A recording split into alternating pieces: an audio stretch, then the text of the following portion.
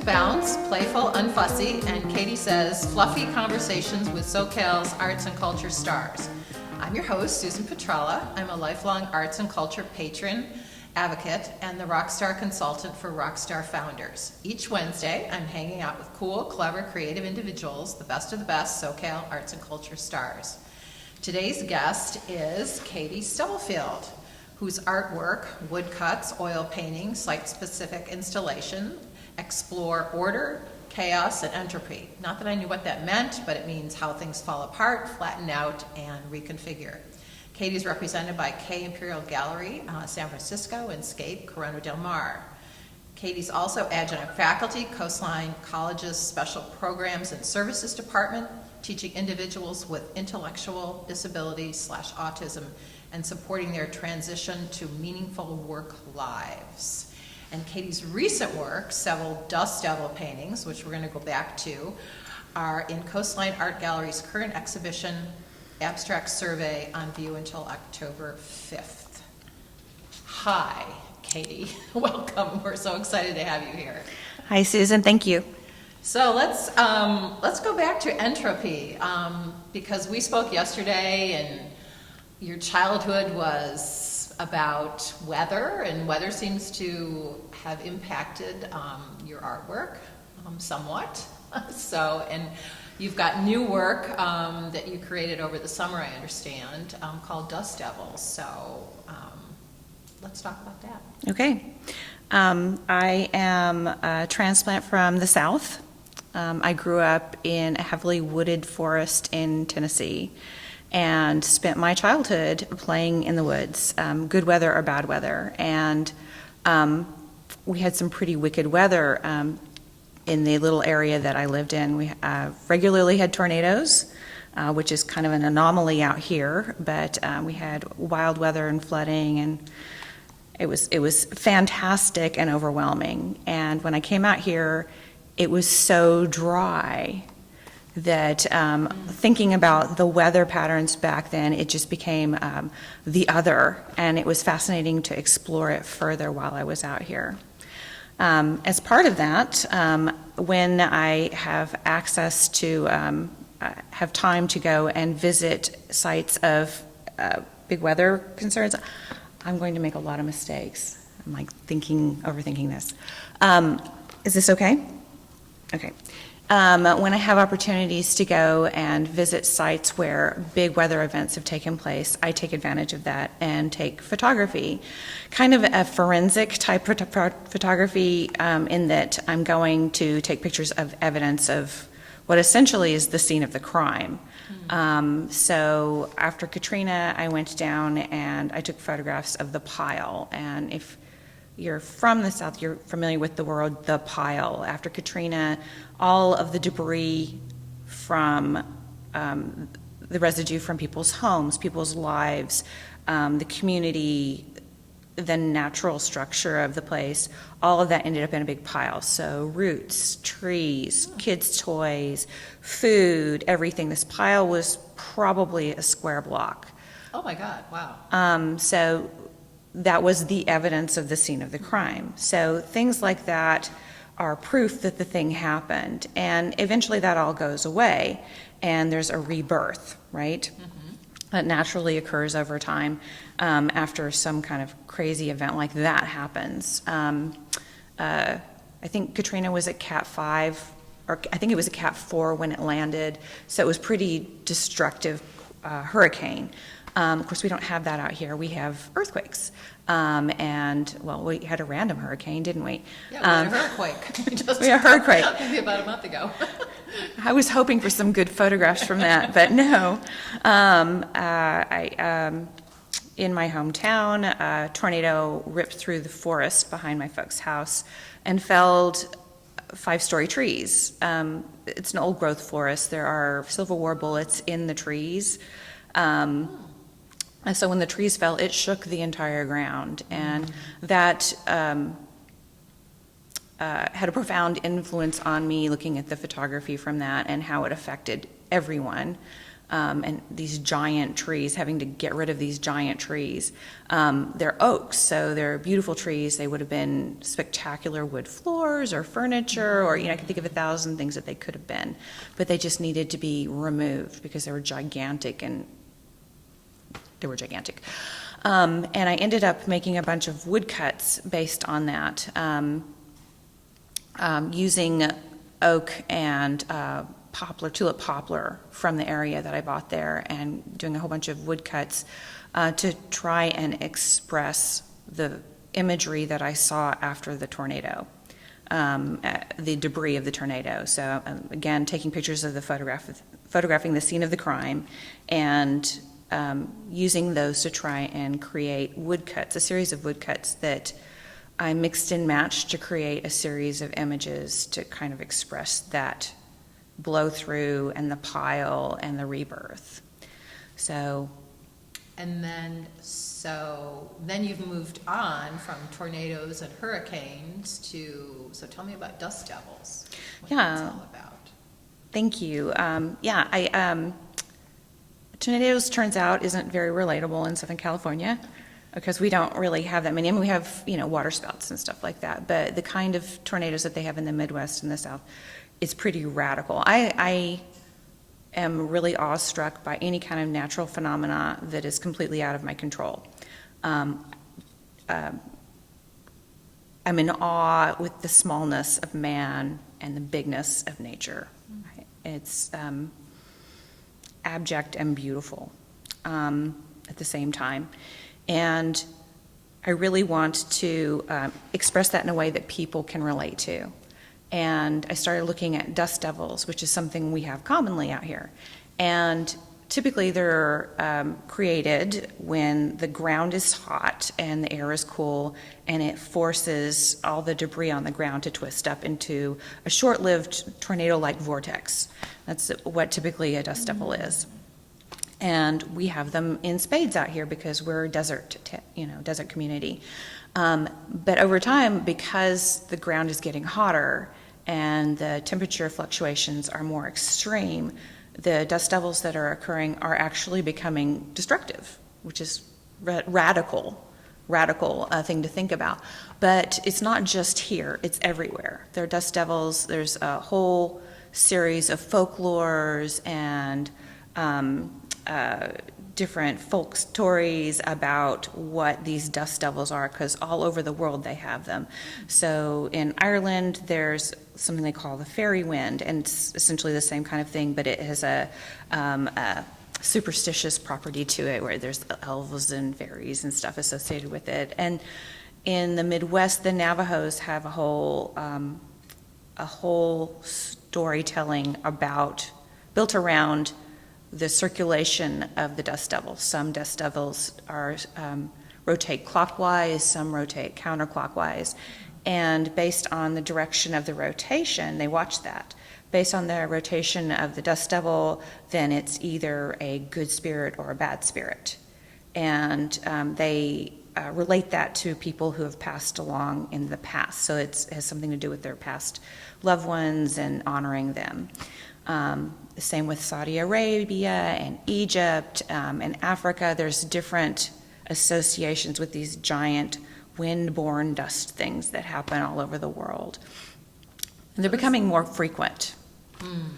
So it's fascinating. So fascinating is gathering all this research about it. Mm-hmm.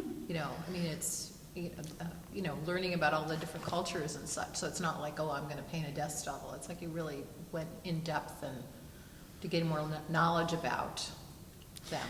I did. This phenomenon. It didn't happen necessarily beforehand. It was kind of during the process and after. I'm like, oh, that does relate to that. Sometimes I see things after the fact. Right. And Katie's very active. She's shown a great deal. So right now you have some work in Long Beach, because that's where you live, and you have a studio. So tell me about the studio and the work you're showing there. Yeah, I have a studio in a co-op in Long Beach. It's the Artist Co-op. Woohoo! It's on Gladys. We're having open studio tours in October at longbeachstudiotour.com. There's 10 of us that share that space, and we have a gallery up front we're exhibiting in. Outside of that, I currently have work in a micro gallery in North Long Beach, which I think is a hoot. I think everybody should have a small, tiny gallery in their front yard. I think that would be... Like a little library, or like the free little library. It's very much like that. The people that I've been working with have created a solar lighting system so that it can be lit up at night. Oh. And it's right on the curb so people can walk by, look at art. There's a QR code so people can look up about the artists, and they rotate every month. And in North Long Beach, they're actually trying to create an arts district. So like all the neighbors are getting them.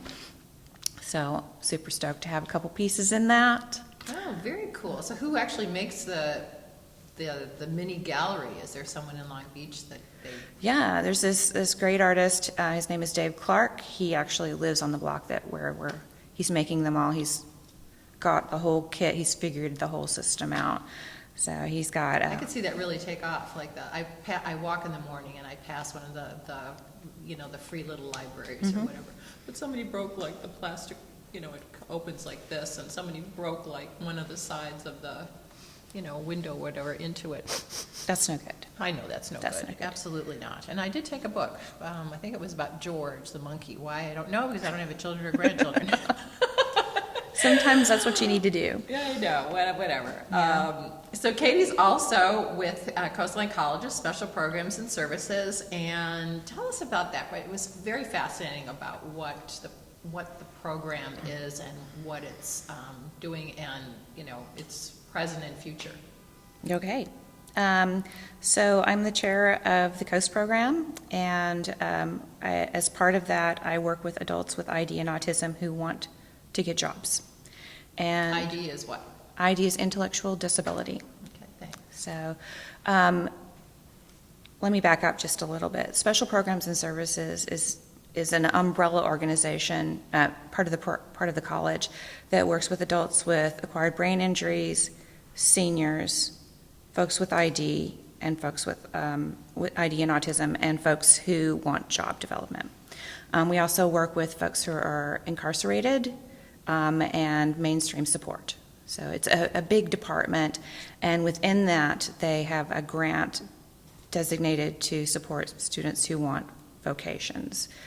The college itself is really supportive of the department, and the programming that we offer in the department parallels the 4-credit curriculum that the students see. It's important to me as an art faculty member to provide curriculum that parallels what the students are seeing the 4-credit students doing. So if they're doing ceramics, I want us to be doing ceramics too. If they're drawing with using the mechanical tables or specialized tools, I want our students to have that experience too. And that's kind of what we bring to the vocational department. We want to create programs that are dignified, create dignified opportunities for work for our students. As part of that, we polled the students initially, and that was like 10 years ago, to see what kind of things they wanted to do. Traditionally, and this is awful, the logic was that folks with ID and autism should only be involved, or would only be involved, not should, would only be involved in food, filth, and flowers. Oh, wow. It's it's a terrible cliche. And when we did our survey, we got completely different answers. Nobody wants to work with flowers. That's beside the point. Or filth. But what they did want to do was very, very clear. So they wanted opportunities to garden, so we started a horticulture program. They wanted to cook, so we started a culinary program. They wanted to help animals, so we started an animal care program. Same with guest services. The guest services industry in Southern California is taking off.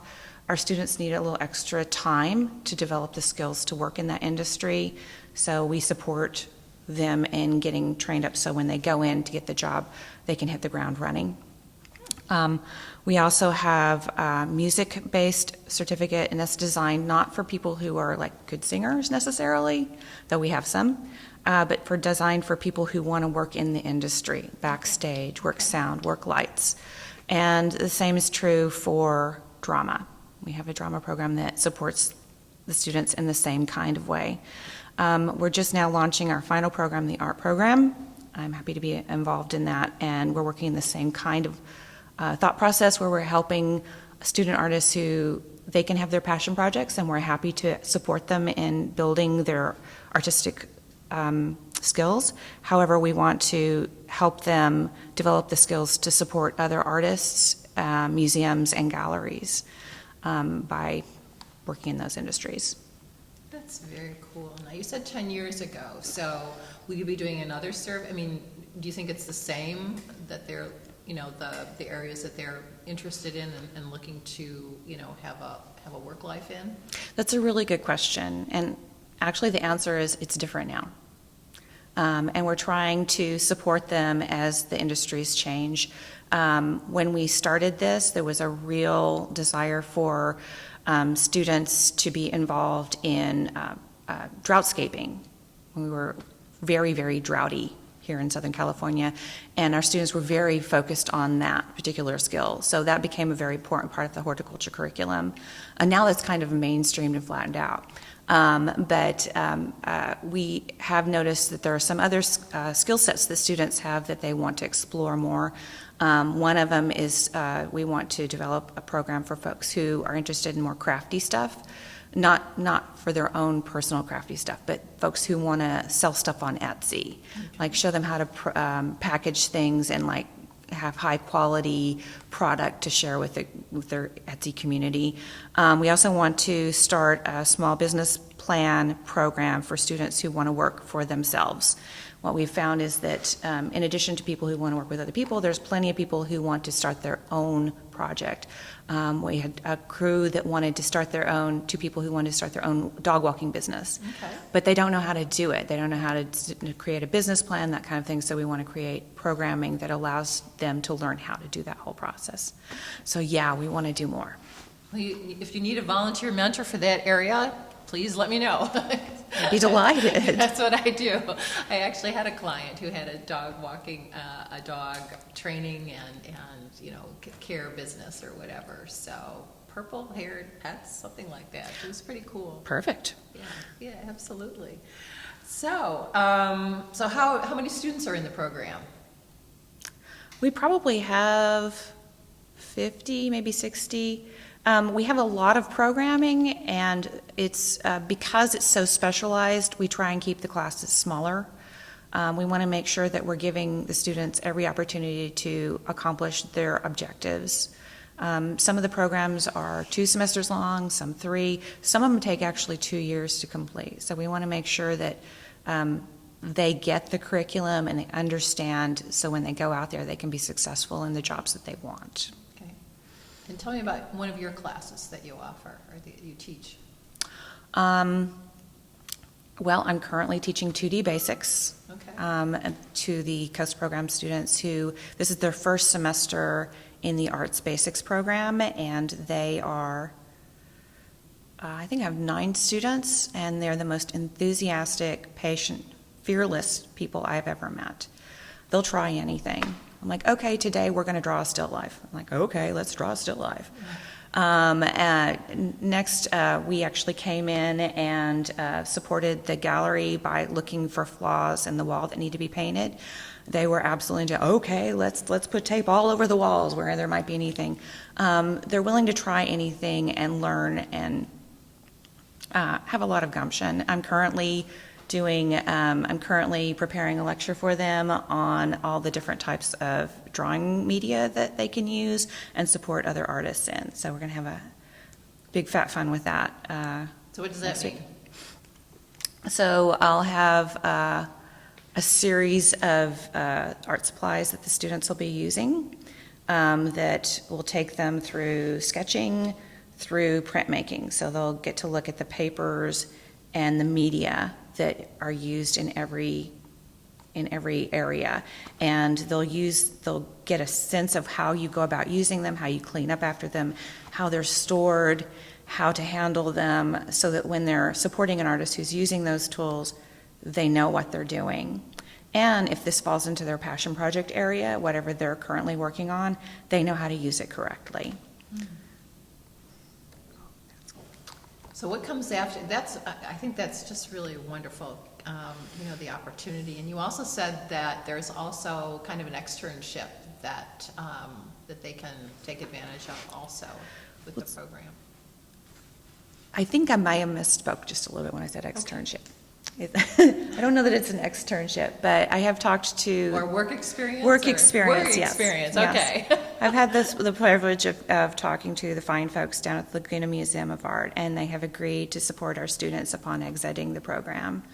Perhaps working in the gallery space, maybe supporting it backstage, so to speak, with handling art, I'm speaking out of turn. I should probably not say any of that. But, I find that fascinating. David and I talked about it because we were like, well, yes, we want to interview artists. But then I said, I love the whole kind of back end, how you hang, an exhibit. Yes. How you, I've seen, the crates that, paintings and sculptures go in and how they're transported. I watched how these huge, slabs of concrete for this one artist, I think it was Laura and Laura Baum had in a gallery, and how they had to take him out by forklift and put him on a flatbed truck when the exhibit was over so it could go on to her home, and gosh knows where it went from there. But the whole logistics is really fascinating. Yeah, and The whole back end. we want them to have the experience of putting on an exhibition, which we're proud that the Coastline Gallery and David Lee have made it a possibility for them to actually put on an exhibit during their final semester with us. After that, we want them to be thinking in terms of an entry-level position, working in that. So maybe they would paint walls, take measurements, be really careful with artwork, that kind of thing. Okay. So Dust. So you've got an initial outlet, Laguna Art Museum. Then you will be adding others then, or doing outreach to add other Yes. Yes. museums and galleries. I think there's a robust arts community down here. I Yes. look forward to reaching out to folks. So what happens after? What happens after Dust Devils? So is Dust Devils done, or are you finished with Dust Devils, and what weather will we go on to next? I don't know that I'm done yet. Okay. I really enjoyed doing these drawings, and I think I want to do some more, maybe different size, think about the compositions differently, go out and find me some Dust Devils to photograph. I've had nothing but cinema to look at as far as my references this time, so I'd like to actually, go out to the desert and get into it. Yeah, maybe you have those people that chase like tornadoes, and maybe you need to find the people that chase like Dust Devils. I love tornado chasers. In another life, I want to be a tornado chaser. Or the gentleman, or it's not, well, it seems like a male pilot, but they fly into the eye of a hurricane or whatever, just the one that was, we had recently or whatever. It's like, whoa, that would scare me to pieces. Yeah, that's right up my alley. Okay, so. Thank you so much for letting me come and talk to you today. Oh, thank you, Katie. It's so interesting. So, chatting with me today. You've made Bounce. I want to offer a special thank you to our generous sponsor, Coastline College, its Fine Arts Department and Art Gallery, David Michael Lee, Director. And I also want to say Curator and Professor, which I didn't say the first time around. David's also Bounce's fab producer, managing our audio, adding graphics and music. So Bounce truly bounces. Thanks, David. Until next time, thanks for listening.